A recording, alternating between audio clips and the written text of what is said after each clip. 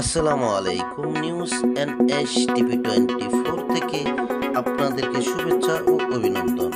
তথ্যচিত্রের নিজস্ব প্রতিনিধি। আর যদি আমাদের এই চ্যানেলটি আপনাদের ভালো লাগে, সাবস্ক্রাইব, লাইক ও শেয়ার করতে ভুলবেন না যেন।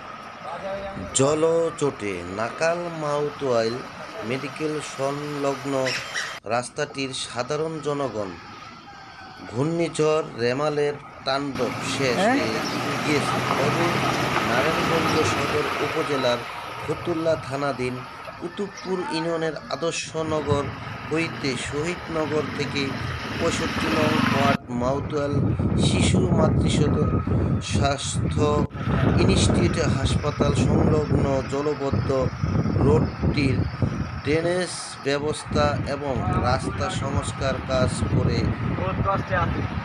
কবে হবে তা নিয়ে প্রশ্ন রয়েছে। ঘূর্ণিঝড় রেমালের কারণে কুতুবপুরের এই রাস্তাটির অব্যবস্থা অত্যন্ত ভয়াবহ। যান চলাচল প্রায় বন্ধ হয়েছে। এখনও হাঁটু অবধি পানিতে ডুবে রয়েছে। সামনে বর্ষা।